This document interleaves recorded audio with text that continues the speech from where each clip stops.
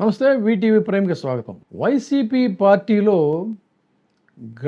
తమ గళాన్ని ఏ సందర్భంలోనైనా సరే ఎలాంటి వెరపు అనేటువంటిది లేకుండా వినిపించేటువంటి నాయకుల్లో అటు అంబటి రాంబాబు గారు కానీ, ఇటు పేర్ని నాని గారు కానీ, ఇలాంటి వాళ్ళు ప్రథమంగా మనకి వాళ్ళు వినిపిస్తున్నటువంటి పరిస్థితి. దీంట్లో ముఖ్యంగా పేర్ని నాని మామూలుగా కాదు, చాలా వైలెంట్గా ఆయన ఈ మధ్య పామరులో జరిగినటువంటి ఒక సభలో మరింత, అంటే గతంలో ఇప్పటివరకు ఆయన వినిపించినటువంటి గళం ఒక రకంగా అయితే, అంతకు 10 స్థాయిల్లో రీసౌండ్ ఇచ్చేటట్టుగా ఆయన మాట్లాడినటువంటి తీరు చూస్తే మాత్రం ఇక్కడ ఒక మిలిటెంట్ ఫోర్స్ని మనం తయారు చేసుకోబోతున్నాం అనేటువంటి మాట వాళ్ళలో ఇదైంది. మరి ఇది ఏ పరిణామాలకు దారితీస్తుందో తెలియదుగా. నేను కిరాయికి కూలికి పొరపాటును కూడా పనిచేయను. జగన్మోహన్ రెడ్డి దగ్గర అయినా సరే కిరాయికి కూలికి పొరపాటున పనిచేయను. రాజకీయాల్లో ఇవాళ తెలుగుదేశం వాళ్ళలాగా మట్టి అమ్ముకుని, చెత్త అమ్ముకుని, అదమ్ముకుని, ఇదమ్ముకుని సారా బ్రాండీ మీద డబ్బులు సంపాదించుకోవాలని ఎవడన్నా కోరుకుంటాడా? మీరు కూడా చెడిపోయి చివరికి ఆ లోకేష్ గారిలాగా మీరు కూడా చెడిపోయి ఆడు ఎర్ర బుక్ అంటాడు, నువ్వు రప్ప రప్ప అంటావు. ప్రజల దగ్గరికి వెళ్ళేది, అధికారం కోరుకునేది రప్ప రప్ప కోసమా? అరే చీకట్లా కన్ను కొడితే అయిపోవాలరా, నోరు తెరిచి రప్ప రప్ప ఎన్నిసార్లు అంటే నేనేదండి, ప్రజలకి ఏం కావాలో అది మాట్లాడుకోవాలి ఒక రాజకీయ పార్టీగా. అనుకున్నావులే, శత్రువుకి ఏం చెప్పాలో అది ఎక్కడ చెప్పాలో అక్కడ చెప్పాలి. రోజు అదే పని ఏంటి మనకి. కరిసే కుక్క మొరగదు, మురిగే కుక్క కరవదు, అది తెలుసుకోండి కొంచెం. కరిసే కుక్క సైలెంట్కి వచ్చి లటక్కని కలుస్తుంది. నీకు చేతనైతే రేపు గవర్నమెంట్ వచ్చిన తర్వాత ఎవడెవడు తప్పుడు వేషాలు వేసాడో ఆయన కరిసేయి, దానికి చెప్పాలి, ఎవడికన్నా చెప్పాలంట. రెండో గండి చెప్పాల్సిన పని లేదు, జరిగిపోవాలి. తర్వాత మీరందరూ కలిసి పలకరించాలి, ఎట్లా జరిగింది, ఏం జరిగింది, ఎవరు చేశాడని వెళ్ళండి. అంతేగాని మనం అదే లోకేష్ లాగా ఎర్ర బుక్ అంటే చెప్తున్నా, ఈ ఎర్ర బుక్కే చంద్రబాబు నాయుడు, లోకేష్, పవన్ కళ్యాణ్ మెడకు ఉరితాడైపోతే ప్రజలు నేను అడగండి రేపొద్దున. ఈ ఎర్ర బుక్తోనే ఊరేస్తారు. ప్రజలకు కావాల్సింది ఎర్ర బుక్కు లేకపోతే రప్ప కాదు. ప్రజలకి, రాష్ట్రానికి మంచి చేసేవాడు కావాలి. ఎలా విర్రవీగుతున్నారంటే, జగన్మోహన్ రెడ్డి గారి కాన్వాయ్ వెళ్తుంది, యాక్సిడెంట్ అయింది, మన కార్యకర్త చనిపోయాడు, ఎస్పీ ప్రెస్ మీట్ పెడతాడు, పలానా నంబర్ కారు గుద్దేసిందని చెప్తాడు, వాళ్ళ మీద ఎఫ్ఐఆర్ కడతారు, కారు సీజ్ చేస్తారు, వాడికి తీసుకెళ్లి స్టేషన్ బెయిల్ ఇస్తారు ఆ డ్రైవర్కి.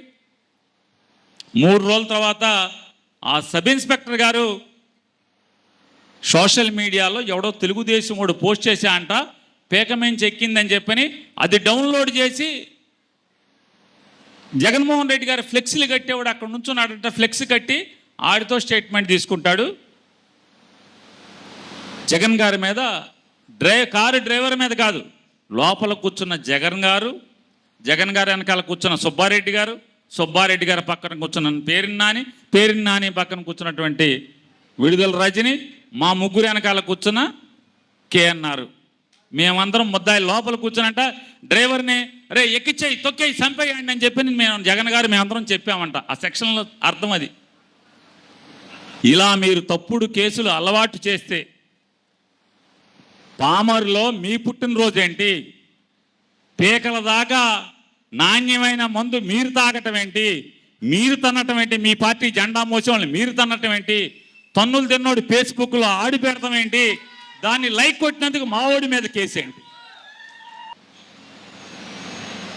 నేను ఒకసారి చంద్రబాబు నాయుడిని, ఈ రాష్ట్ర డీజీపీ గారిని ఇద్దరిని ప్రశ్నిస్తున్నా. ఇటువంటి తప్పుడు పనులు, తప్పుడు కేసులు, తప్పుడు సాంప్రదాయాన్ని ఈ రాష్ట్రానికి మీరు అలవాటు చేస్తే, ఆనవాయితీగా ఇచ్చెళ్తే 2015-16లోనో రాజమండ్రిలో కృష్ణా పుష్కరాల్లో మీరు, మీ శ్రీమతి గారు, మీ అబ్బాయి, మీ వందిమాగదులు అందరూ కలిసి గోదావరిలో బుడుంగని ముక్కు మూసుకుని 3 సార్లు మునిగింది. సినిమా తీయటానికి బోయేపాటిని తెచ్చుకుని సినిమా తీయటం వల్ల ఒక్కసారిగా మీరు గేట్లు వదలటం వల్ల 30 మంది ప్రాణాలు కోల్పోతే, వాళ్ళ కుటుంబాలు రోడ్డున పడితే, రేపు మళ్ళీ జగన్ గారు వచ్చిన తర్వాత ఆ 30 మంది కుటుంబాల్లో ఇంట్లో వాళ్ళ కూతుళ్ళో కొడుకులో తమ్ముళ్ళో చెల్లిలో భార్యలో వచ్చి జగన్ గారికి కేసిస్తే రేపు చంద్రబాబు నువ్వు 302 కింద 30 మందిని చంపావని ముద్దాయి అవుతావా అని అడుగుతున్నాను. చంద్రబాబు వెనకాల ములుగుతుంటే సబ్బందిచ్చిన లోకేష్ ముద్దాయి అవుతాడా అవడా?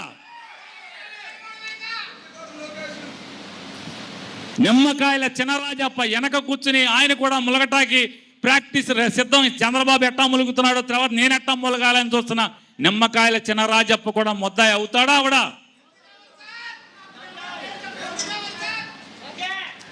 అవుతాడా అవడా?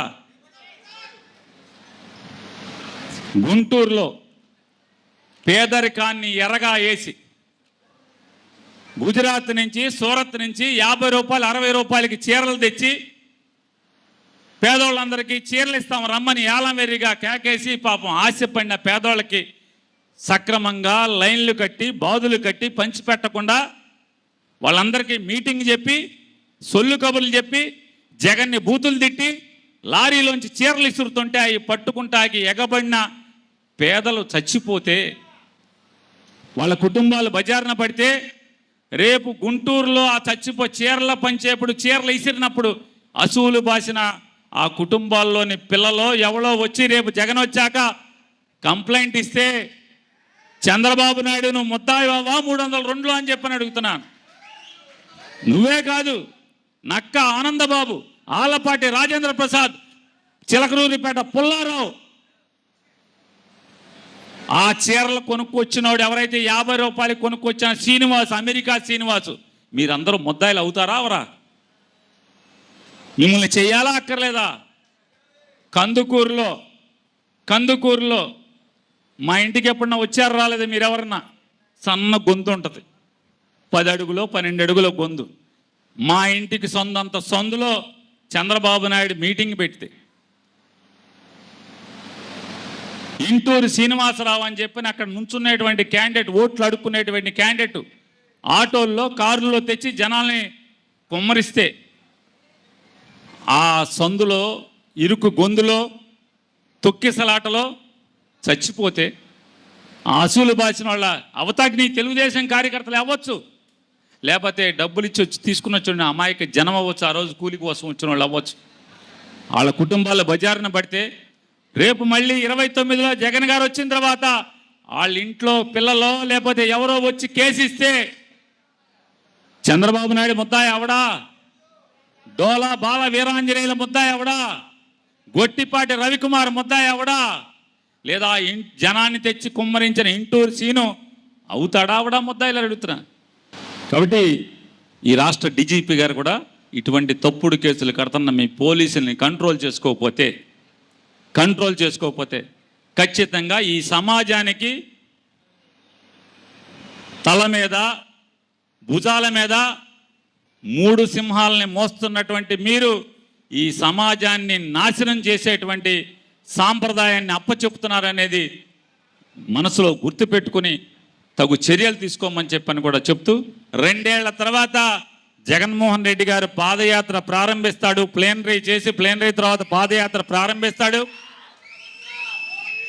ఈసారి జగన్మోహన్ రెడ్డి గారి పాదయాత్ర నియోజకవర్గంలోని ప్రతి గ్రామంలో కూడా ఆయన అడుగు పెడతాడనేది కూడా మీరందరికీ కూడా తెలియజేస్తూ ఆయన రాష్ట్రంలోని ప్రతి గ్రామం సుమారుగా 11,000 పంచాయతీలో 10,000 పంచాయతీలు ఉన్నాయి. ప్రతి పంచాయతీకి ఆయన ఆ ఊర్లోకి వస్తాడు, మీ ఊరు సెంటర్కి వచ్చి వెళ్తాడనేది కూడా మీ అందరికీ తెలియజేస్తూ ఏది ఏమైనా సరే ఎక్కడో ఒక చోట ఇరికించాలని చెప్పిన వాళ్ళు ప్రయత్నం చేస్తే ఏంటి మీరు ఇరికించేది రండి అని చెప్పి ఈయనేమో ప్రతి సవాలు విసురుతున్నటువంటి పరిస్థితుల్లో పామరులో జరిగినటువంటి సమావేశంలో చాలా ఘాటైనటువంటి వ్యాఖ్యలు చేశారు. ఘాటైనటువంటి వ్యాఖ్యలు చేయటమే కాకుండా అసలు మాటలేంటరా మనకి రాత్రిపూట సైలెంట్గానే చేసేయాలి తప్ప రప్పారప్ప ఏంటి అని చెప్పని కూడా అన్నారు అని అంటే ఎంతగా తెలుగుదేశం పార్టీ యొక్క దాష్టీకానికి రగిలిపోతున్నారని మనం అర్థం చేసుకోవచ్చు. అంతేకాకుండా చాలా ఓపెన్గా ఒక వార్నింగ్ ఇచ్చారు. ఏంటంటే ఈ రెడ్ బుక్ మీ మెడకే రేపు ఉరితాడై మీకు బిగుస్తుంది అనే ఒక హెచ్చరిక చేయటం అనేది చాలా స్ట్రాంగ్ వాయిస్తో చేసినటువంటి మాట. ఈ రెడ్ బుక్ రిపీటెడ్గా చెప్పాడు ఆయన 2 సార్లు. ఈ రెడ్ బుక్ అనేటువంటిది మీ మెడకే రేపు ఉరితాడవుతుంది అంటూనే ఇంకొక ఇది కూడా చెప్పింది ఏంటంటే, రేపు ఇదే ఎప్పటప్పటి కేసులో తవ్వి తీసి మా మీద కేసులు పెడుతున్నారు.